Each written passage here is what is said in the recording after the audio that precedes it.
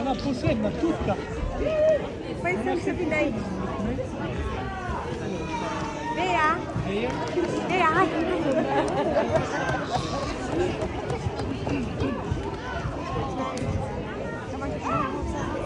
Just sit down. Back. Move your back. Let us watch it. Move your back, Saka.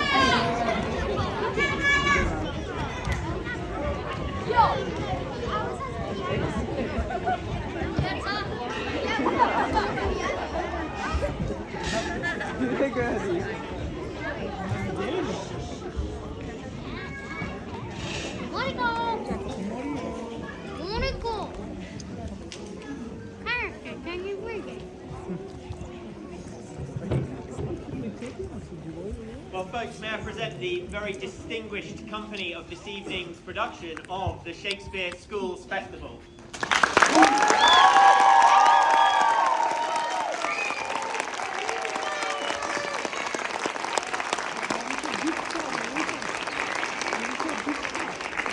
And we're very proud that this evening's performance is not a competition, but a celebration of creativity of all the young people and all of the teacher directors and everyone who's been involved. And so if you'd indulge me just at the end of the evening, we'd like to take just a few minutes to recognise all of the contributions and everything which every company here did so brilliantly tonight. So I'm just going to say a little bit about each production. And we start with Macbeth.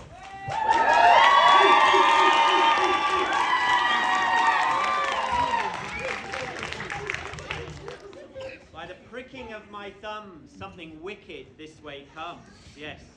The story of a loyal and articulate underling who suddenly becomes an accidental leader and eventually a paranoid and murderous tyrant. I'm sure the parallels are not lost on us from anyone who's turned on the news in the last 2 weeks. And it might even seem like Shakespeare is reaching across time to warn us of certain people who are in our midst. So, a very, very poignant story tonight. But we don't come to the theatre for politics, we come to escape, and escape we did with this beautiful production. Because quite aside from the passion of our leading actors in this, there was artistry throughout, at every turn, from the self-composed costumes adorned with the characters' names and glitter, which so helpfully identified everyone who was on stage. And the recontextualized famous music. I've never heard the words "I want it all" so well placed in a play, and I will never hear them again in the same way afterwards. And of course, who could forget, all around me are familiar faces. I find it kind of funny, I find it kind of sad when people walk in circles. It's a very, very mad world. This recontextualization of this music presented us with a Macbeth, the like of which I've never really seen before. And I thought there was a real genius behind that. And who can forget, of course, Craig Murdoch playing the keys for us in the corner. Let's give him a round of applause.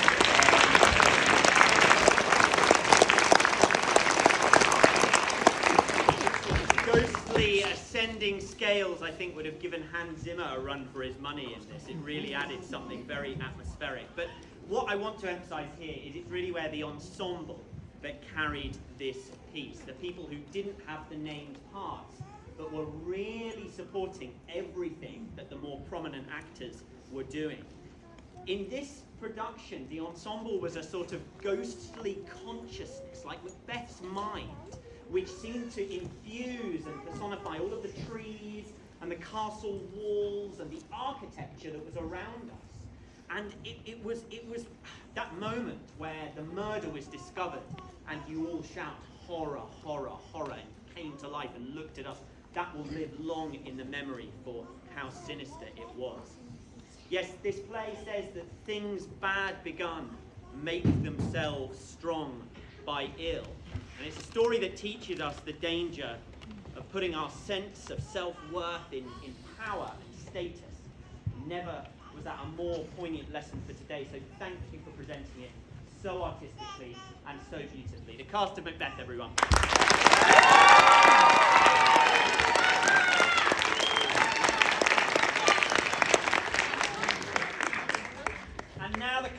Twelfth Night?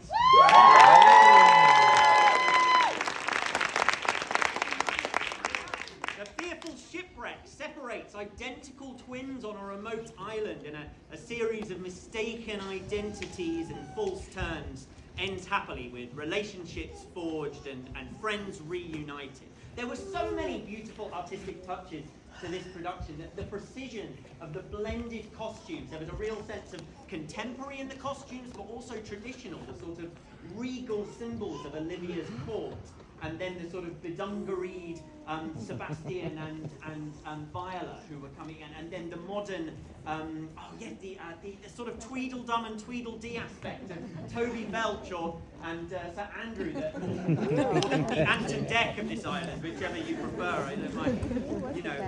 This is a play that's notorious for the difficulty of its locations, because not only do you start with a shipwreck, but you're suddenly in Olivia's castle.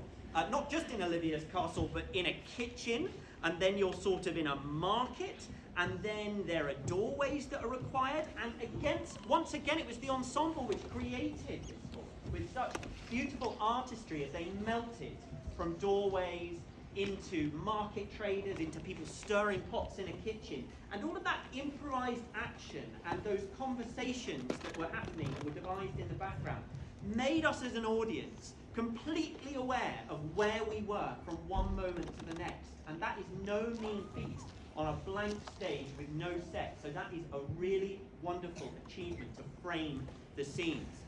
And who can forget the shipwreck at the beginning, replete with our amazing cymbal crashes and atmospherically punctuating the action. But I think it's in the ending of this piece that we were all taken by surprise and left breathless. It's so easy to neglect the ending of a play. You work all the way up right to the end, and then you just forget to sort of, to kind of round it off. But this really was the icing on the cake. It's such a preposterous resolution, all of the different identities being revealed and everyone getting married off. But you sort of celebrated this in an abstract way with this amazing disco dance party. And it was so beautifully choreographed, the way that you moved in different areas of the stage and all of your actions. It really sent us away on a high and just sort of explained everything. So I think what better way to finish than to say, in a search for identity in a broken world, you told us that what is lost sometimes can be found. And I think that was an important lesson. So everyone, the cast of 12th Night, thank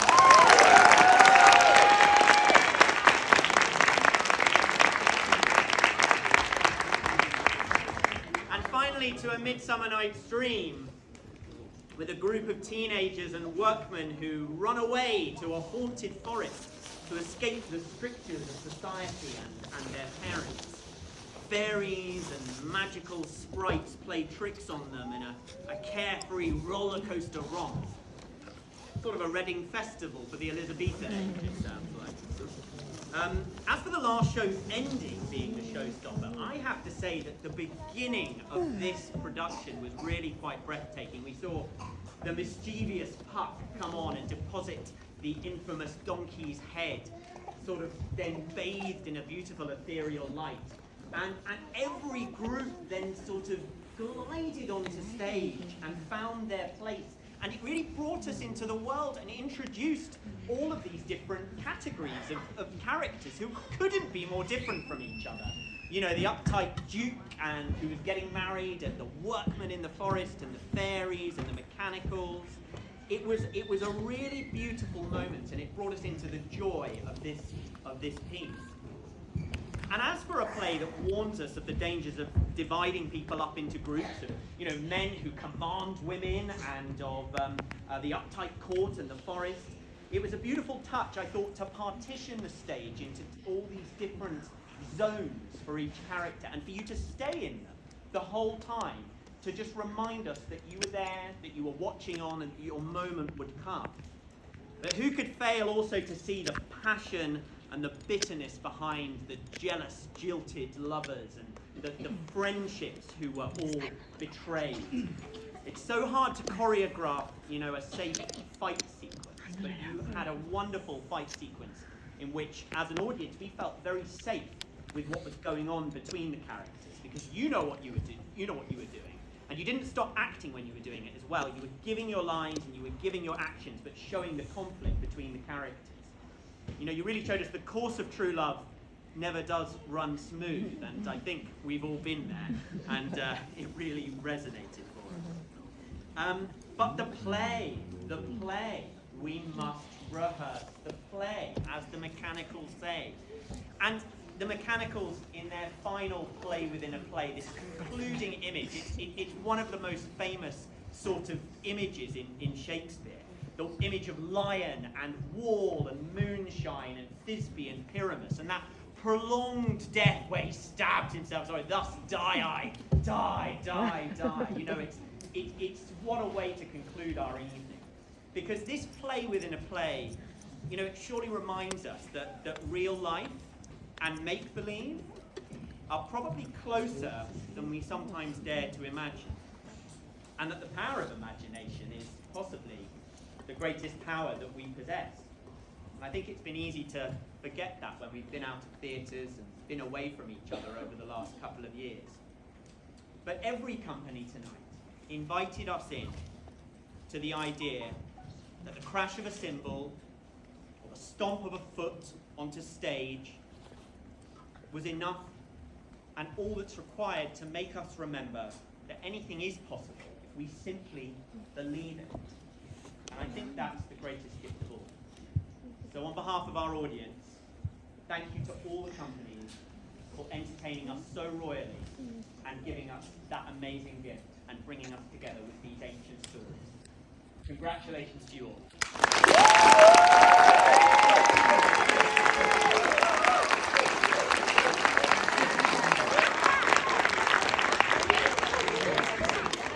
But as we know, none of this is possible without two extraordinary people who I know these companies would like to show their thanks to. So, North Beckton first, if you would like to thank your teacher director, Izzy Roy, and if I could invite her up here, please, to accept a certificate with our...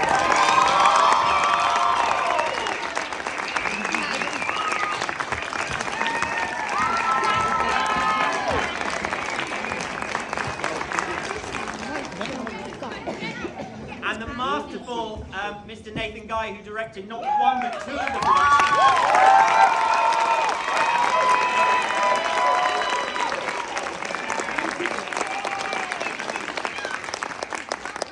And thanks also, of course, to our technicians and to the Broadway Embarking for making today run so smoothly. And of course, thank you most of all to you. Please don't forget that if you can donate even just a little amount, it will make a difference and it will allow another child to have the opportunity that you've seen here tonight, which is so important, and give them confidence and give them new skills. Thank you very much. We'll see you in the foyer. Please depart in a second and we will make sure that your children come and meet you there and are dismissed safely. Stay sat where you are, but let's give them a final round of applause. Thank you.